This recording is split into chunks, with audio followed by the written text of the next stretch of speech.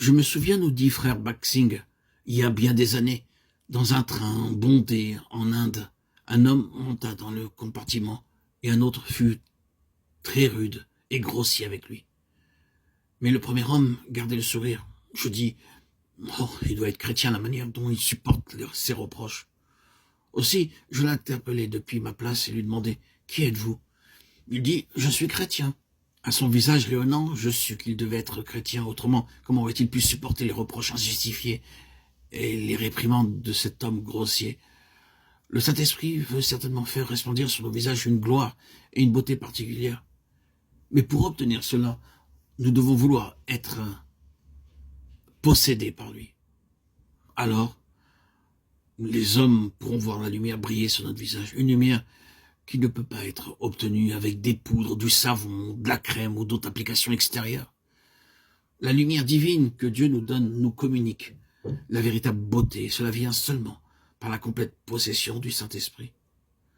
Notre Seigneur dit dans Matthieu 11, 29, « Prenez mon joug sur vous et recevez mes instructions, car je suis doux et humble de cœur, et vous trouverez le repos pour vos âmes. » Lorsque deux bœufs labourent un champ, il leur faut un joug, et ils tirent tous les deux ensemble.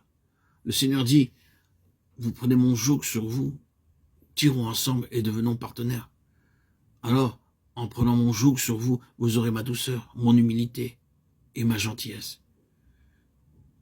Le Seigneur nous rend semblables à lui. Nous ne pouvons pas faire cela nous-mêmes.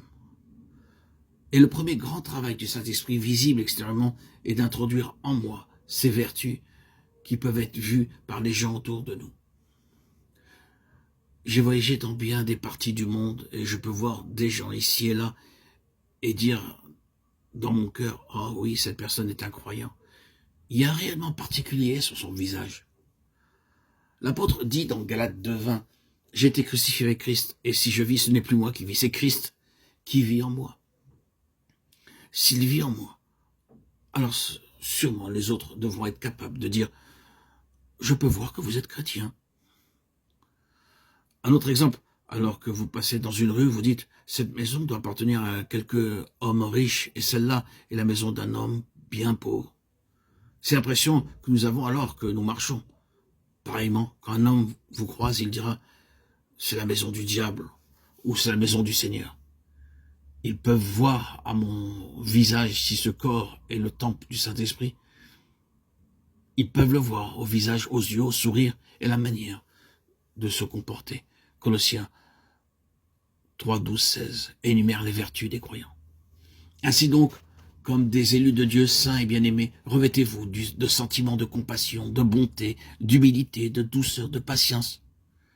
Supportez-vous les uns les autres, et si l'un a sujet de se plaindre de l'autre, pardonnez-vous réciproquement.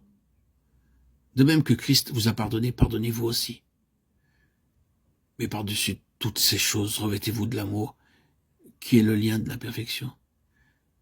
Et que la paix de Christ à laquelle vous avez été appelés pour former un seul corps règne dans vos cœurs. Et soyez reconnaissants que la parole de Christ demeure en vous, dans toute sa richesse. Instruisez-vous et exhortez-vous les uns les autres en toute sagesse, par des psaumes, par des hymnes, par des cantiques spirituels, chantant à Dieu dans vos cœurs en vertu de la grâce. C'est mon premier point.